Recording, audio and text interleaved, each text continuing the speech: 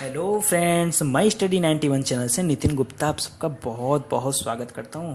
दोस्तों, आज हम पढ़ने जा रहे हैं पॉलिटी में एक नए टॉपिक को जिसका नाम है संघ लोक सेवा आयोग। तो आप लोग बहुत सारे लोग वीडियो देख रहे हैं, वो तैयारी कर रहे होंगे यूपीएससी का या पीएससी का, अपने अपने राज्यों के पीएससी की तैयारी कर रहे होंगे। तो आज जानने चलते हैं कि इनका क्या काम है और ये कैसे काम करते हैं। ठीक है, तो बात कर रहे हैं हम संघ लोक सेवा आयोग की या यूनियन पब्लिक सर्विस कमीशन की। ठीक है, और ये दिया गया है भारतीय संविधान के अनुच्छेद 315 में। तो क्या इसमें देखिए कुल 3 पार्ट में हमको ये देखना है। एक होता है संघ लोक सेवा आयोग जिसे यूपीएससी बोलते हैं, एक होता है राज्य लोक सेवा आयोग जिसको पीएससी बोलते हैं, public service commission, union public service commission, एक होता है संयुक्त आयोग। तो ये 3 होते हैं, तीनों को हमको लेकर डिस्कस करना है। देखिए क्या होता है कि जो पूरे के पूरे भारत में यानी संपूर्ण भारत के लिए एक लोक सेवा आयोग होगा। पूरा का पूरा भारत के लिए क्या होगा, एक लोक सेवा आयोग होगा। एवं राज्य के लिए एक राज्य लोक सेवा आयोग होगा। मतलब जितने राज्य हैं ना, सबका अपना एक राज्य लोक सेवा आयोग होगा। और अगर बात हम देश की करेंगे, पूरे के पूरे भारत की करेंगे, तो पूरे के पूरे भारत की एक संघ लोक सेवा आयोग होगा। ठीक है, तो ये दोनों टॉपिक आप समझ रहे हैं ना। हाँ, एक चीज और है एक्सेप्शन में कि जब 2 या 2 से अधिक राज्यों के लिए एक ही आयोग हो तो उसे हम बोलते हैं संयुक्त आयोग। ठीक है, मान लीजिए कोई ऐसा स्टेट है, थोड़ा सा पिछड़ा वगैरह स्टेट है, तो वहाँ क्या होता है कि उनका अपना आयोग ना हो गया क्योंकि 2 राज्यों का आपस में कॉमन होता है, तो उसको बोल देते हैं हम संयुक्त आयोग। तो इसमें याद करने वाली कुछ तो इतना टफ टॉपिक है नहीं। अब थोड़ा सा ये जो टॉपिक है ना दोस्तों, जब मैं लिख रहा था ना तो यहाँ पे ऐसे कॉन्सेप्ट मिले मुझे कि अगर किसी, मैं कह रहा हूँ ना कि आपको गारंटी नहीं पता होगा। ठीक है, भूलना तय है, एकदम 100% श्योर यहाँ पे कन्फ्यूजन होना है। तो मैं बहुत अच्छे से उसको लिखा हुआ हूँ और बहुत अच्छे से आपको समझाने का प्रयास करूँगा। बहुत ध्यान से समझिएगा, 1 मिनट की बात है खाली। जो संघ लोक सेवा आयोग होता है और जो संयुक्त आयोग होता है, दोनों, संघ लोक सेवा आयोग और संयुक्त आयोग दोनों की बात कर रहा हूँ। इन दोनों के जो अध्यक्ष होते हैं और सदस्य, भाई इनके अपने अध्यक्ष भी होते हैं और सदस्य भी होते हैं, इनकी जो नियुक्ति होती है राष्ट्रपति करता है। बहुत ध्यान समझिएगा। और ये जो अपना त्यागपत्र देते हैं तो राष्ट्रपति को ही अपना त्यागपत्र देते हैं। अध्यक्ष और सदस्यों दोनों की बात कर रहा हूं दोस्तों, अध्यक्ष और सदस्यों दोनों की बात कर रहा हूं। और यहाँ भी संघ लोक सेवा आयोग और संयुक्त आयोग दोनों की बात कर रहा हूं। चलिए, अगर आपने इतना याद कर लिया हो तो मैं आपको थोड़ा सा ट्रिक दे देता हूं ताकि आप भूलो ना। अगर हम बात करें संघ की, तो अगर मैं पूरे देश की बात कर रहा हूँ तो क्या मुझे राज्यपाल से नियुक्त कराना चाहिए? ये तो कहीं बनता नहीं यार। अगर देश की बात कर रहा हूँ तो देश में तो राष्ट्रपति करेगा। चलिए ठीक है, अगर हम संयुक्त आयोग की बात करें, चलिए मैंने मान लिया कि उत्तर प्रदेश और उत्तराखंड भाई एक समय में एक ही थे, तो अभी इन दोनों का अपना पीएससी है, उत्तराखंड पीएससी, उत्तर प्रदेश पीएससी। तो अगर ये दोनों अलग अलग पीएससी हैं, अगर ये अलग अलग पीएससी ना होके उत्तराखंड भी उत्तर प्रदेश के ऊपर डिपेंड होता, निर्भर होता कि भाई हमारे यहाँ का एग्जाम भी आप ही कराया करिए, तो ये संयुक्त आयोग हो गया ना। तो ऐसे में कि उत्तराखंड का राज्यपाल जो है नियुक्त करेगा उत्तर प्रदेश पीएससी को, या फिर उत्तर प्रदेश का राज्यपाल नियुक्त करेगा। तो ये तो बड़ा कॉन्फ्लिक्ट वाला क्वेश्चन है क्योंकि दोनों जगह के काम एक ही जगह से हो रहे हैं।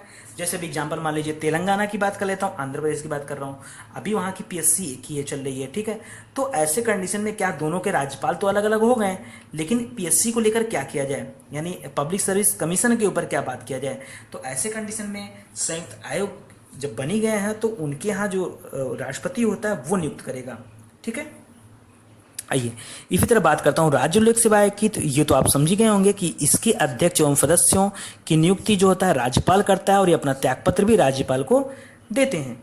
तो चलो इतना तो बात आप कर लिए। अब हम बात कर रहे हैं कार्यकाल के बारे में, और यहाँ मत कंफ्यूज होइएगा। यहाँ क्या होता है कार्यकाल में, देखिए जो संघ लोक सेवा आयोग है मतलब यूपीएससी है, उसके लोग 6 साल या 65 वर्ष, अधिक से अधिक दोनों में से जो भी पहले हो तब तक के लिए उनका कार्यकाल होता है, 6 साल या 65 वर्ष। लेकिन यहाँ पे ये दोनों साथ आ जाते हैं। अभी तक क्या था कि ऊपर हमने देखा संघ लोक सेवा आयोग के साथ संयुक्त आयोग था। यहाँ पे क्या है कि संघ लोक सेवा आयोग अलग हो गया कार्यकाल में और ये दोनों एक साथ हो गए। इन दोनों में क्या होता है कि ये 6 वर्ष या 62 वर्ष होते हैं। जो भी दोनों में से पहले पूरा हो जाएगा उनको रिटायरमेंट लेना पड़ेगा, कार्यकाल समाप्त माना जाएगा। ठीक है, इतनी बात समझ गए। तो ये अलग से इसलिए था क्योंकि देखिए यहाँ पे ये दोनों सेम थे, तो मैंने बताया आपको राज्यपाल भाई कर नहीं सकता क्योंकि 2 जगह की बात है। लेकिन यहाँ रिटायरमेंट की बात है तो इसके वाले जो होते हैं ये 65 साल पे होते हैं और छोटे छोटे वाले 62 साल पे होते हैं रिटायर। ठीक है, तो केंद्र सरकार 65 पे रिटायर करती है और ये वाले 62 पे। हाँ, ये अपने काम की जो रिपोर्ट होते हैं वो सौंपते हैं राष्ट्रपति को, और ये दोनों के दोनों सौंपते हैं राज्यपाल को। लेकिन जो संयुक्त वाला होता है वो अपने से संबंधित राज्यपाल को सौंपेगा। अगर भाई दो जगहों की बात हो रही है तो उत्तराखंड वाला उत्तराखंड की रिपोर्ट उत्तर प्रदेश के राज्यपाल को देने का क्या फायदा। तो उत्तराखंड की रिपोर्ट उत्तराखंड के राज्यपाल को, उत्तर प्रदेश की रिपोर्ट उत्तर प्रदेश के राज्यपाल को। तो ये रटने वाली क्या बात है, ठीक है, इतनी सी बात थी।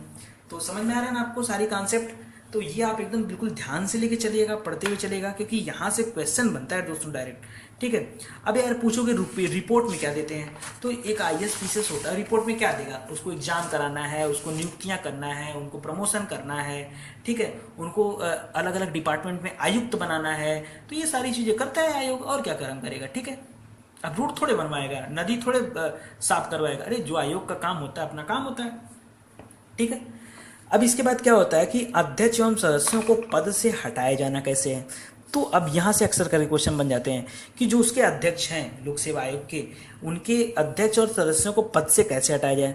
तो पहली बात तो आप महाभियोग शब्द का इस्तेमाल करेंगे नहीं, क्योंकि महाभियोग सिर्फ और सिर्फ राष्ट्रपति पर लगता है। बाकी लोगों को साबित कदाचार या असमर्थता के आधार पर हटाया जाता है।